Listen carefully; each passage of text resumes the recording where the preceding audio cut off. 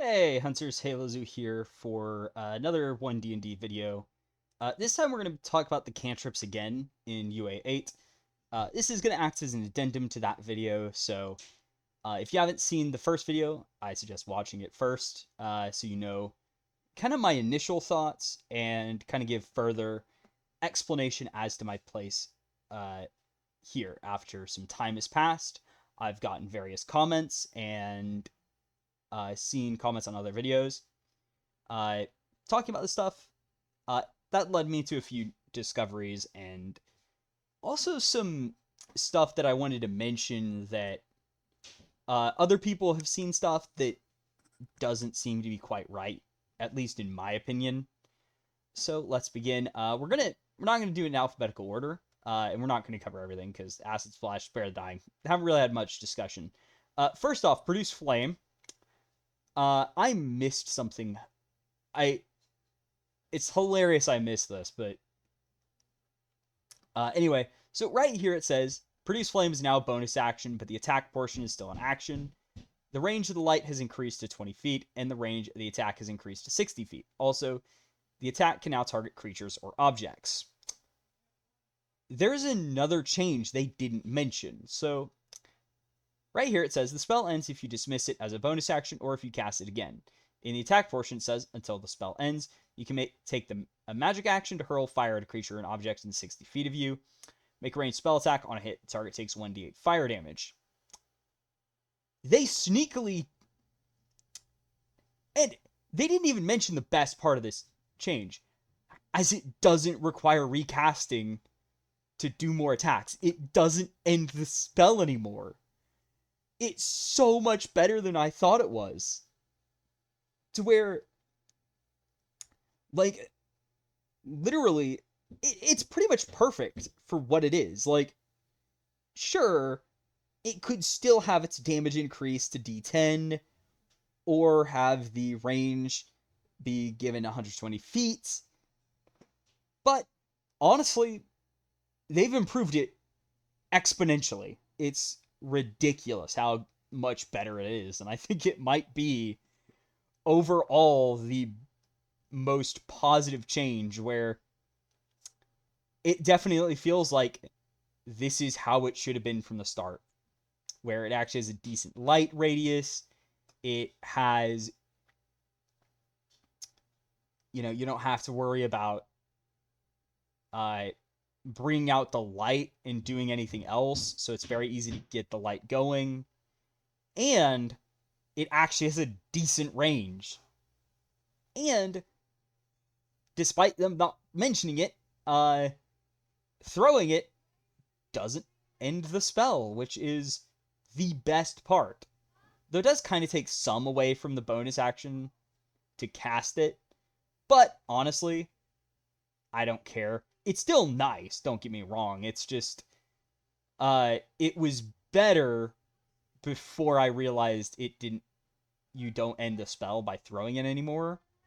As I thought, oh, you can attack with it and then summon it back as a bonus action, since usually you're going to cast it first. So, I apologize for the disruptions. There is work being done in the house. Uh, so yeah, that's Produce Flame. Shalala, real quickly, you can't dual wield these. It still uh, ends early if you cast it again, so you can only have one. Uh, yeah, it's something I saw that's like, yeah, no. Uh, True Strike, real quick, since we're down here. I've seen a lot of people think this is actually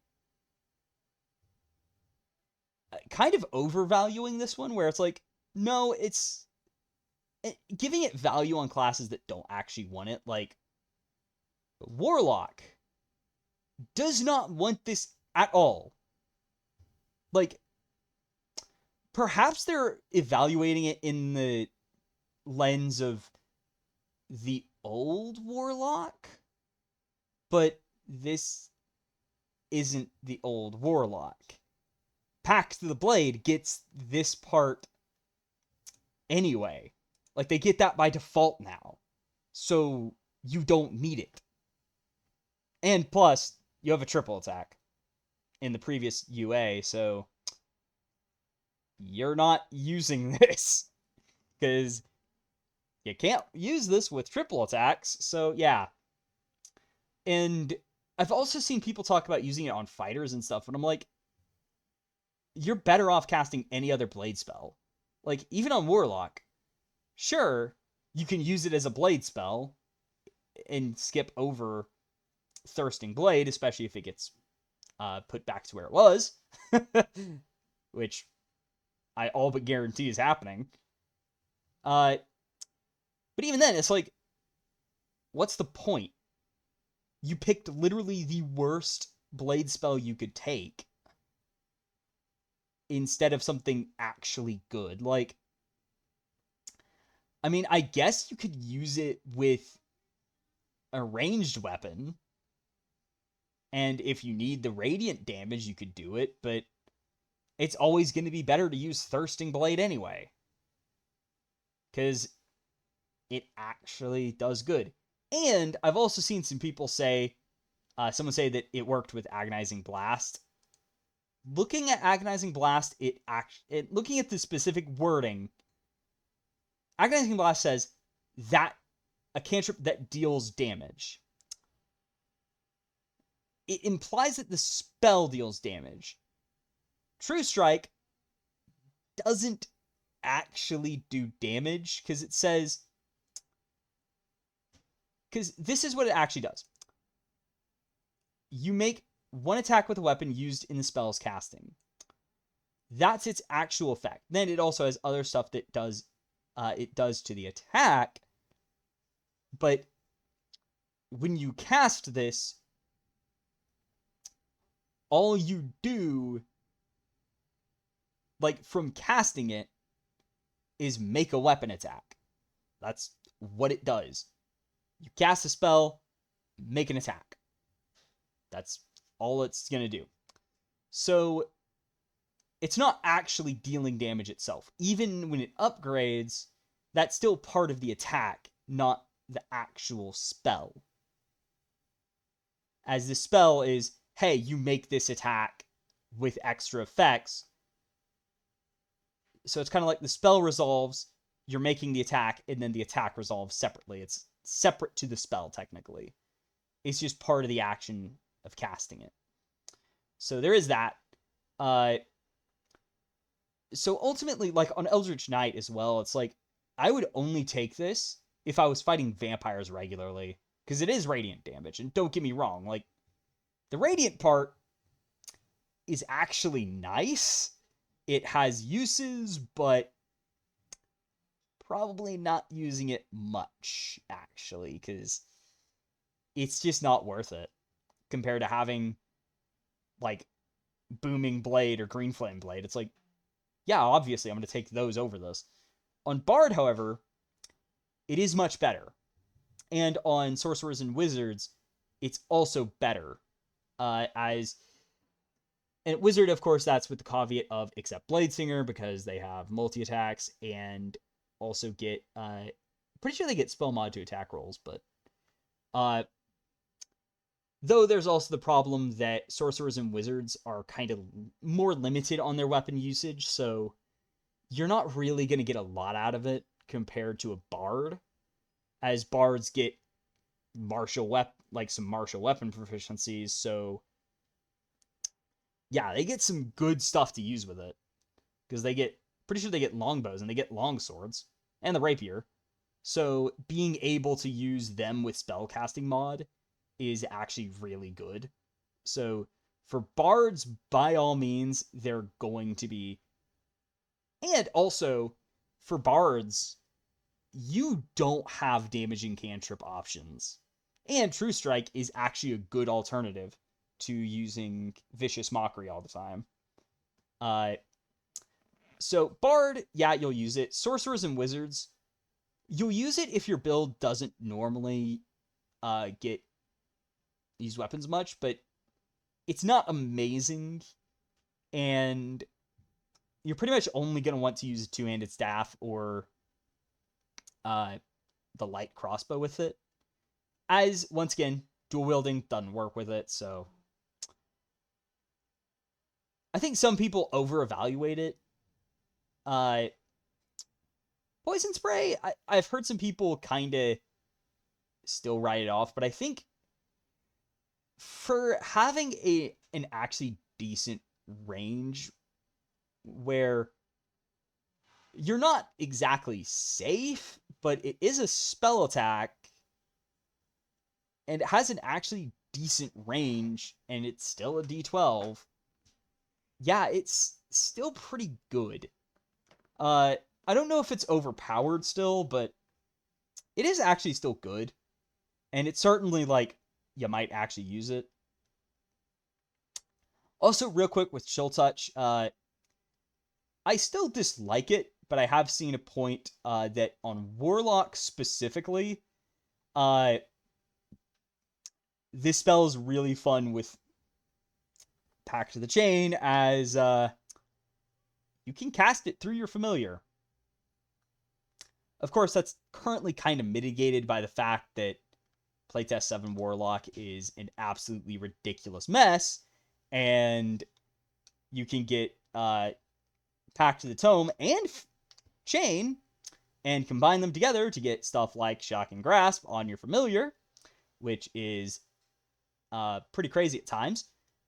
So yeah, but the base thing is it works with Pact of the Chain, though I'd rather it worked nicely with all the classes it was on and not just be a toy for Pact of the Chain. As, once again, I kind of preferred the old one, and I think you could make it where it could be a melee or ranged attack instead, and have it be where it's either. It's just a D8, but you can make it at melee or range, and I think that'd be a good compromise. And Blade Ward. Oh boy, do some people underestimate this one. Like, yeah. So I've seen some takes of, oh, it uses a reaction, which you could be using on shield, or heaven forbid you took silvery barbs and are absolutely busted. And it's only on one melee attack before the roll. Oh boy, do you underestimate the fact that, yeah, it's one attack, but that's one attack at least every single round. It doesn't matter what you're doing. It doesn't matter if you really need to escape an enemy and you don't have Shocking Grasp, or you tried to Shocking Grasp and missed. You can cast this in response to their attack and make it less likely to hit. Or every round you get attacked, you have it ready, and you can give them disadvantage. And heaven forbid it's against a rogue, and you're about to get sneak attacked. You can say, no, you don't get to sneak attack me. Have fun.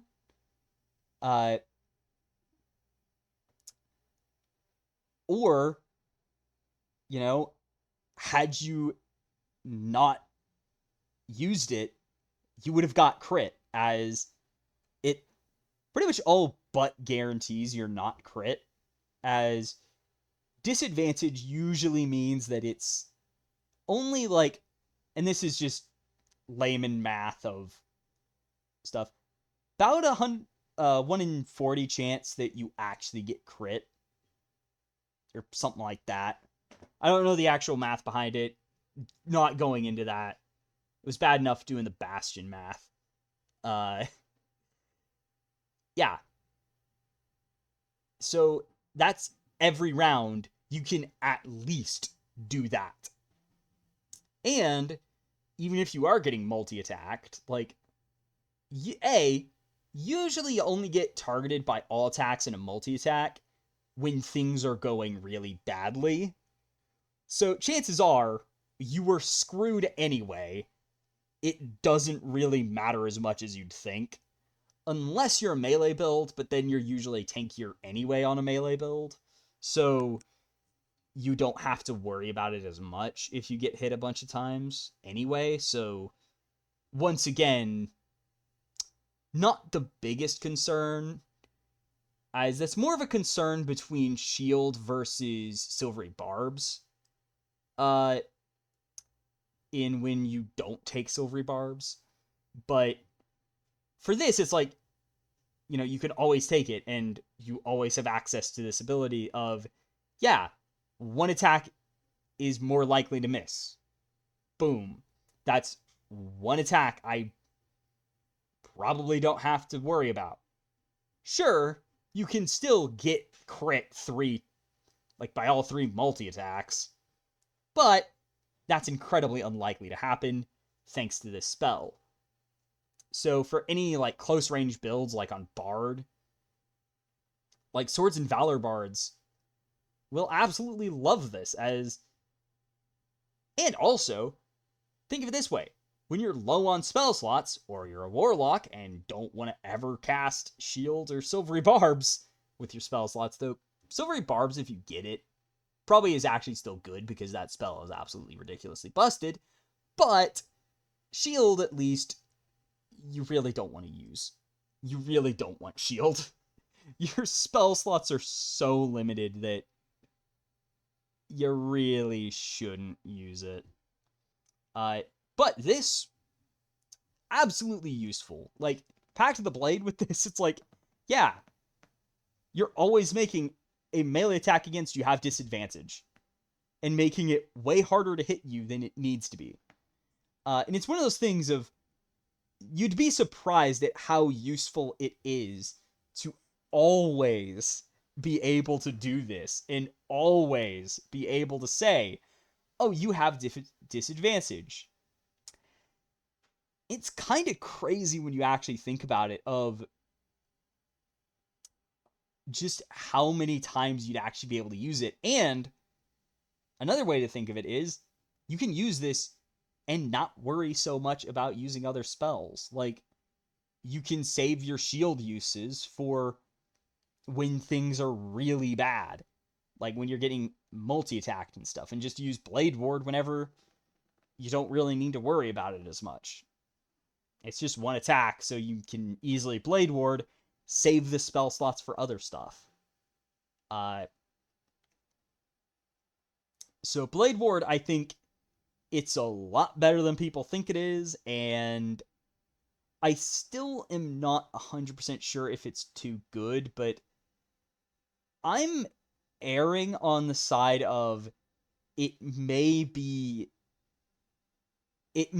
better than it should be for a cantrip, as even with its restrictions, I think this one, it's really good at doing a specific thing, which is it's really good at increasing survivability to a point that I'm not sure a cantrip should. Where, it's one thing to have like a first level spell that nopes hits. Like, that's perfectly fine. Like, if you're spending a first level spell slot, well, making an attack miss is pretty darn good to spend resources on. This is free, and it does a lot for a cantrip, so that's why I kind of err on the side of, maybe this shouldn't be, like, maybe this version is too good, because it's very good on Warlock, and pretty good on Swords and Valor Bards. Other Bards, not as much, but it's a powerful defensive ability that is honestly probably worth the cantrip slot on any close range build. It's worth the cantrip slot. Other builds, yeah, I probably wouldn't take it on ranged builds most of the time, but it's still really good for what it is, and yeah. So ultimately, my message is, do not underestimate this cantrip. Like, this Blade Ward, it is way better than you'd think it is. And heck, it might be better than I think it is. I'm just saying, yeah, it may not be overpowered, but it's still a lot of disadvantage going around. So, yeah. Might need a bit of tuning. But anyway, that's pretty much it for the cantrips and stuff. I don't think I've got anything else to add to any of these. But there is one thing I did want to mention. I'm going to double check the time. I'm running 20 minutes. Okay, we're good. I didn't want this video to be an hour because it's an addendum. That's why I split the video. Because originally it was going to be one video with the bastions as well, but I decided to split in two. But last but not least, we're going back to UA 7 in Twin Spell. Because I absolutely despise this version of Twin Spell. I will not lie. I do not like the idea that it's only certain spells that can be twinned now. And it's not even twinned. It's just, oh, you target more stuff. But anyway, so my thought is A, go back to the previous twin spell, and also keep the integration with Quicken spell, where if you use both together, then for 2 extra sorcery points and a bonus action, you can actually twin a spell in the same turn, where it's ultimately more expensive, but you get to basically spend, like, you're spending 3 sorcery points to make a first level spell, like, to double cast it. And so it's a pricey one, but it enables you to actually do the 2 spells in a single level, a first level or higher, which I think is much cooler. And it kind of says, yeah, you know, you have to take an investment to get it, but you can get the original twin spells. And this gets changed into this, however, like, the basic idea can actually stay, but get moved to its own meta magic, which is actually heightened spell. So this heightened spell becomes its own meta magic. So it becomes a different one, perhaps irresistible or undeniable spell, since it's, you know, it makes it harder to resist a spell's power, while heightened spell becomes kind of a modified version of this, but it doesn't just work on, like, spells that target an additional creature at higher levels, but any spell can be upcast with this meta magic. So basically, you spend a sorcery point to cast a spell at a higher level. So perhaps it's like, and perhaps limit it to 1st through 5th. So, but basically, you can spend a sorcery point and make it cast at a higher level. So you could, like, cast a 1st level spell as a 2nd level spell. Of course, it doesn't let you cast in a spell of that higher level in a low level slot. Instead, you're casting a low level spell as if it was a level higher.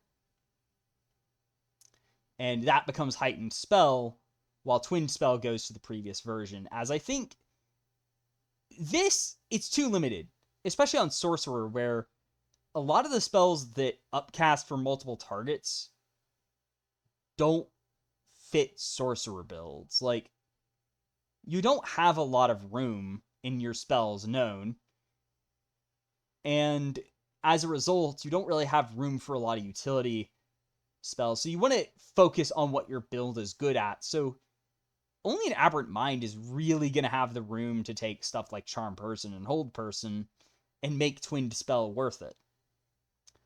And even with the statement that, oh, we're going to add more that increase in targets at higher levels, I don't think that's really going to be fun.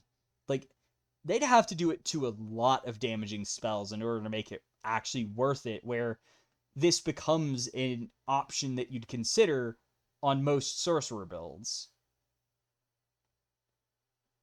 And sure, some still go underutilized, like Extended Spell. Doesn't really have much use. Though the concentration part is nice to have now. But ultimately, I think it would be better if this type of effect was used on a different meta magic that affected everything, as it allows for a lot more choice and nuance to it, where it's like, well, I can upcast my spell and buff it further, and kind of play into that, making your spells more powerful with meta magic. But without further ado, that has been my addendums to the UA8 cantrips, plus another one that I've thought of. So I hope you enjoyed this video, and feel free to leave more comments to kind of continue the discussions and such on the various cantrips. And also, you can like and subscribe. I know I'm sounding like a sellout here, but at least I'm not doing Raid Shadow Legend ads. Thank goodness for that. But anyway, without further ado, see y'all next time! Halo Zoo, out!